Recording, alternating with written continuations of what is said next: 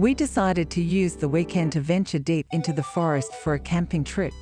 Previously, our camping experiences were lively affairs accompanied by friends, but this time it was an adventure just for the two of us.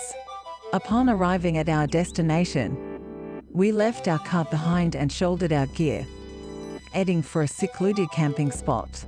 At that moment, two shadowy figures emerged from the dim entrance of the forest, giving us a fleeting look before returning to their battered jeep. Despite feeling a hint of unease, we pressed on toward our campsites without dwelling on it.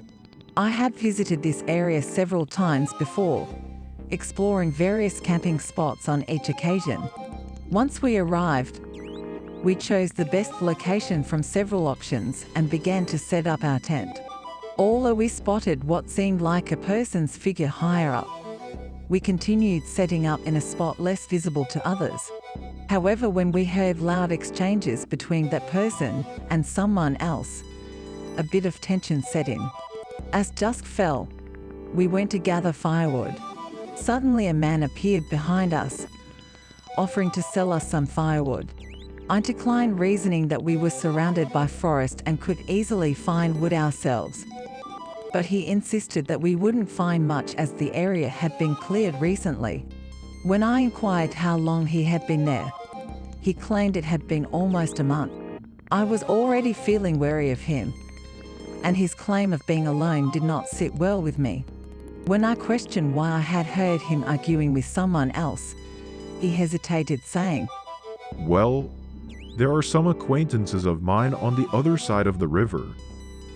He then shared how he had felt lonely since his arrival, stating he came from a distant town and had been living in the forest for a long time.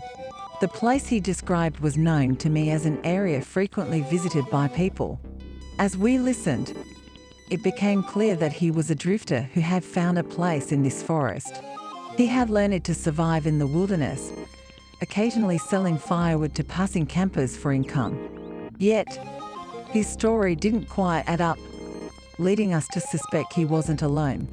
When he took us to his campsites, it was evident there were supplies for more than one person. He mentioned preferring to camp on the high ground, where he could have a clear view of his surroundings. And when he visited our campsites, he had a direct line of sight to us. It was dark by then, and he helped us start a fire, but did not leave afterward. We tried to politely send him on his way, and finally had a moment to breathe after he left.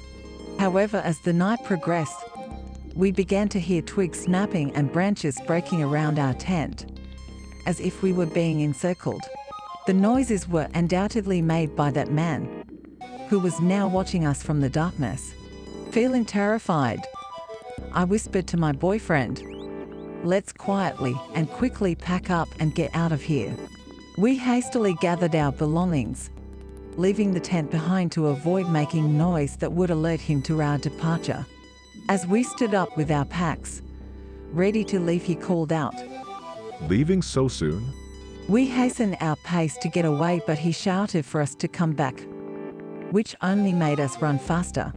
The uncertainty of his story and the knowledge that he wasn't alone filled us with fear that we might be walking into a worse situation. His past and where he came from suggested he was fleeing something, seeking to live off the grid. The next morning, we contacted the forest rangers to report the events of the previous night. They began an investigation immediately, and we left the area. The experience in the depths of the forest made us acutely aware of the mysteries and dangers lurking within. It became an unforgettable episode of fear for us, prompting us to swear off nighttime camping in the woods forever.